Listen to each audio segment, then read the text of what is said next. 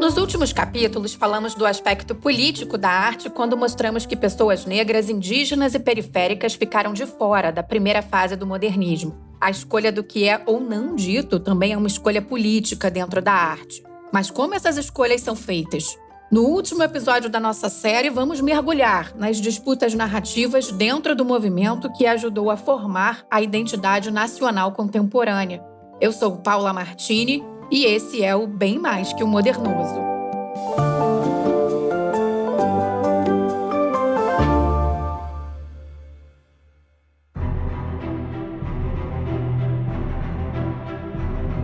A década de 1920 avançou com um cenário político-social conturbado no Brasil. A imigração de europeus para trabalhar nas fábricas fortaleceu o movimento sindical da época, influenciado por anarquistas e comunistas. Várias greves estouraram pedindo melhores condições de trabalho. Nos quartéis, o tenentismo, que começou com a revolta dos 18 do Forte de Copacabana, no Rio de Janeiro, chegou a São Paulo. Na manhã de sábado, 5 de julho de 1924, a capital paulista foi ocupada por barricadas e militares armados. Explosões, tanques de guerra e tiros assustaram os paulistas. Tropas comandadas pelo general Isidoro Dias Lopes ocuparam as ruas na segunda rebelião tenentista. Pelas ondas do rádio, as reivindicações do grupo eram anunciadas.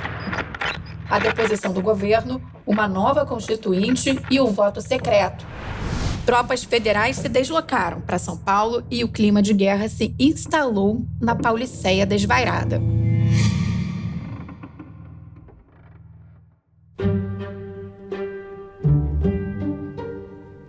Tarsila e Oswald se refugiaram dos bombardeios na fazenda do interior paulista. Mário de Andrade ficou na cidade para observar. Àquela altura, o conflito de alguma forma traduzia também o estado de espírito dentro do Grupo dos Cinco. As rusgas começaram ainda em 1922, com um texto publicado na revista modernista Claxon. A professora Gênese Andrade conta que Menotti Del Picchia foi o primeiro a se afastar do grupo. Em 24, 25, já começa a haver um desentendimento com Menotti Del Picchia, que na verdade tinha começado no fim de 22. Quando no fim de 22 eles vão organizar o que será o último número da revista Claxon, resolvem dedicá-lo a Graça Aranha. Alguns criticam, não participam, outros participam. E o Mário de Andrade escreve uma crítica muito elogiosa ao livro do Menotti Del Picchia, O Homem e a Morte, do qual Menotti leu trechos na semana. E o Oswald de Andrade se incomoda com esse texto e depois acaba sendo comentado que o Mário de Andrade escreveu como se fosse a posição do grupo de Claxon. A maioria do grupo não concordou, mas ainda assim ele manteve essa crítica muito favorável ao Homem e à Morte, que deixava em segundo plano o romance do Oswald de Andrade, Os Condenados, que havia sido também lido na semana e publicado no mesmo ano. E Oswald de Andrade se incomodou com isso. Quando se publica o Manifesto da Poesia Pau-Brasil, Menotti Del Picchia já começa a criticar o manifesto do Oswald, e o Oswald acaba se indispondo com ele. Em 26, quando o Mário de Andrade publica Losango Caqui, o Menotti faz críticas muito duras nos jornais. Então, se já tinha havido a ruptura entre o Oswald e o Menotti, aí vai haver a ruptura entre o Mário e o Menotti. E, paralelamente a isso, o Menotti se junta a Plínio Salgado e Cassiano Ricardo e eles criam o Grupo Verde Amarelo, que era um movimento mais conservador, vinculado ao integralismo e ao fascismo. Então, o Menotti vai seguir um outro caminho, e até por isso, talvez, que ele não é tão reconhecido hoje. Ele teve uma participação muito importante escrevendo em jornais durante todo o ano de 21 e de 22, textos muito interessantes sobre toda a agitação em torno da nova estética, e isso não foi valorizado devidamente até hoje, a meu ver, por causa dessa postura política que ele assume. O movimento verde-amarelo foi uma resposta nacionalista ao Manifesto Pau-Brasil de Oswald de Andrade, que pregava uma nova estética através do arcaico e moderno brasileiro. O grupo, liderado por Plínio Salgado, Menotti Del Picchia e Cassiano Ricardo, era contra a literatura considerada passadista e a cópia de modelos europeus, mas tinha orientação conservadora. Mário de Andrade, Oswald de Andrade e grupos que nasceram no bojo da Semana de Arte Moderna se tornaram alvo de críticas públicas, ainda que Menotti Del Picchia tivesse participado do evento em 22. No fim dos anos 20, o meio artístico de São Paulo está cercado por intrigas, fofocas e rupturas. As divergências conceituais e artísticas transbordam para a relação pessoal. Mário de Andrade sela o fim da amizade com Oswald após insinuações sobre a orientação sexual do autor de Macunaíma. E chega ao fim a união símbolo do movimento, o casamento de Tarsila do Amaral com Oswald de Andrade. Diferenças que aparecem com mais força a partir de 1929, de acordo com a professora Gênese Andrade. Em 28, quando começa a circular a revista de antropofagia, o grupo ainda está junto. Mas a revista de antropofagia, a partir da segunda edição, em 29, começa uma linha mais agressiva. Oswald rompe com Alcântara Machado, que era do grupo e era um dos principais da revista de antropofagia. Aparecem outros colaboradores, inclusive o Oswaldo Costa, que escreve como pseudônimo, e começam a circular textos irônicos com muita agressividade com relação a várias pessoas. Por exemplo, se publica uma crítica muito dura ao Retrato do Brasil, do Paulo Prado. Não foi o Oswald que escreveu, mas o Oswald foi conivente com a publicação. O Paulo Prado vai romper com ele. Depois começam as críticas ao Mário de Andrade. Primeiro, dizendo que ele queria ser chefe de escola, por causa da relação que ele mantinha com o Grupo de Verde. E depois começam críticas que fazem insinuações sobre a sexualidade do Mário de Andrade. Na sequência, o Raul Bob, que era do grupo da antropofagia, apresenta a Pagu, a Patrícia Galvão, a Oswald e Tarsila, que nesse momento eram casados. Nesse meio tempo, Oswald de Andrade se apaixona pelo Pagu, se envolve com ela. Ele trai a Tarsila com a Pagu, e ela só vai saber disso depois, e o casamento acaba. Então, é um momento de várias rupturas, 1929, algumas por causa dos textos publicados na revista de antropofagia e outras por outras razões. O grupo de autores e artistas antes reunido em torno da Semana de 22 agora se dividia entre modernistas e nacionalistas. Ambos repudiavam o parnasianismo e o que entendiam como uma dominação europeia sobre a arte e a cultura brasileira. Mas, de um lado, Oswald de Andrade remontou a antropofagia de tribos indígenas para defender a ideia de deglutir a cultura europeia e incorporá-la de forma seletiva à brasileira. Menotti Del Picchia e Plínio Salgado pregavam o ufanismo com símbolos nacionais. A exaltação ao verde e amarelo da bandeira do Brasil deu origem à Escola da Anta.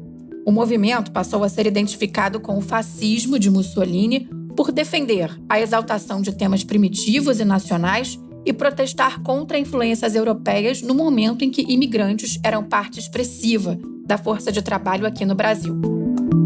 Já o escritor Mário de Andrade preferiu seguir voo solo. Ele criticou o grupo da Anta, mas também não concordava com Oswald. Mário era defensor de um trabalho cuidadoso com as tradições populares, inspirado pela ampla pesquisa de música folclórica que realizou em viagens pelo país. Movimentos, líderes, manifestos. Eu não disse lá no primeiro episódio que arte e política se confundem?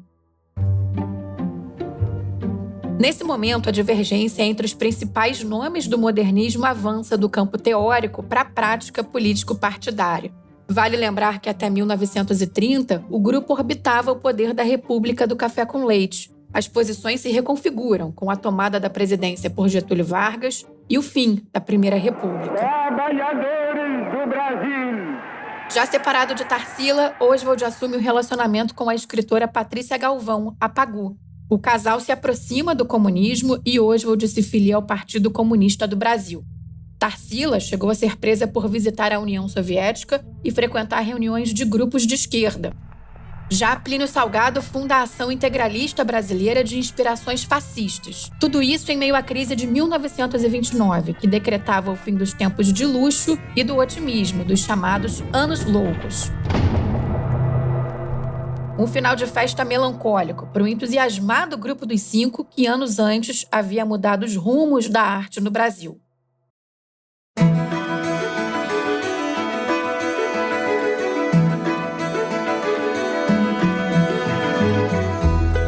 Mas é impossível imaginar a produção de hoje sem pensar também na influência de movimentos do passado. E a Semana de 22, por tudo que a gente discutiu aqui no podcast e na história brasileira ao longo do último século, é um marco. Para o bem e para o mal, para admirar ou questionar, mas nunca ignorar. E quem diz isso não sou eu, mas estudiosos do assunto e artistas contemporâneos, como o filósofo Luiz Armando Bagolin. O modernismo influenciou em várias áreas, na arquitetura, no urbanismo, na produção cultural como um todo. O Mário entendeu e nos ensinou, naquele momento, nós precisamos investigar o Brasil profundo, porque é esse Brasil do qual nós fazemos parte, do qual nós viemos. O escritor Jefferson Tenório.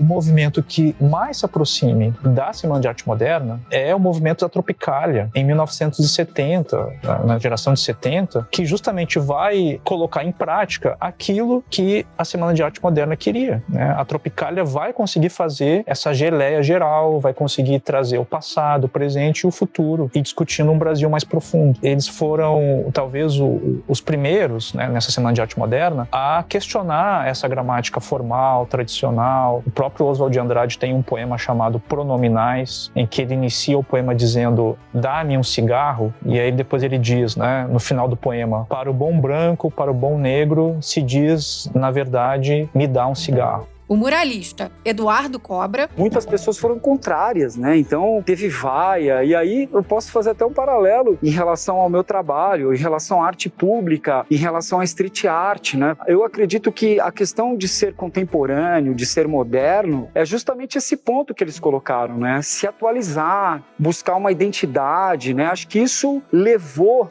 de certa forma, e elevou o nome do Brasil no patamar das artes de forma global, né? A cineasta Sabrina Fidalgo. Mas vendo essa história toda, né, por uma perspectiva do agora, eu acho que com esse distanciamento a gente entende que, na verdade, um grande equívoco, né, nesse olhar deles em relação a essa forma de retratar, essa ideia de retratar uma cultura brasileira. Até porque a gente está falando de um clube de artistas, de pessoas que pertenciam ao topo da elite brasileira, né? Eles eram filhos de senhores de engenho de cafés, era uma elite cafeicultora que nunca teve nenhuma relação próxima com o povo, a não ser de forma totalmente vertical, subjugando essas pessoas. E essa própria elite, esse próprio grupo, eles sempre olharam muito, né, pro hemisfério norte, eles sempre olharam muito mais para a Europa. As referências deles todas eram europeias, muito mais do que as referências brasileiras. E a doutora em História da Arte, Regina Teixeira de Barros. O legado da semana é essa vontade de pensar o Brasil e pensar o mundo, pensar a sociedade, o tempo que a gente vive, com olhos atuais. E assim eu me despeço de você. O Bem Mais Que o Modernoso, nosso podcast sobre o centenário da Semana de Arte Moderna de 1922, fica por aqui. Eu agradeço a sua companhia. Até a próxima!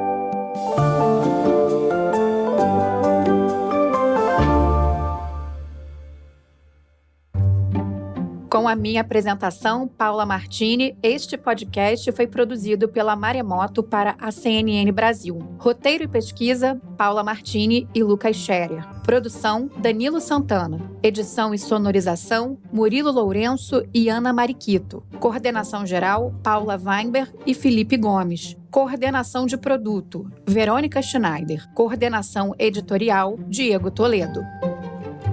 O centenário da Semana de Arte Moderna de 1922 também é tema de uma série na tela da CNN. Você pode ver as reportagens no canal da CNN Brasil no YouTube e no site cnnbrasil.com.br. Todos os episódios do podcast Bem Mais Que o Modernoso também estão no site da CNN. Conheça os nossos outros programas em áudio em cnnbrasil.com.br/podcasts.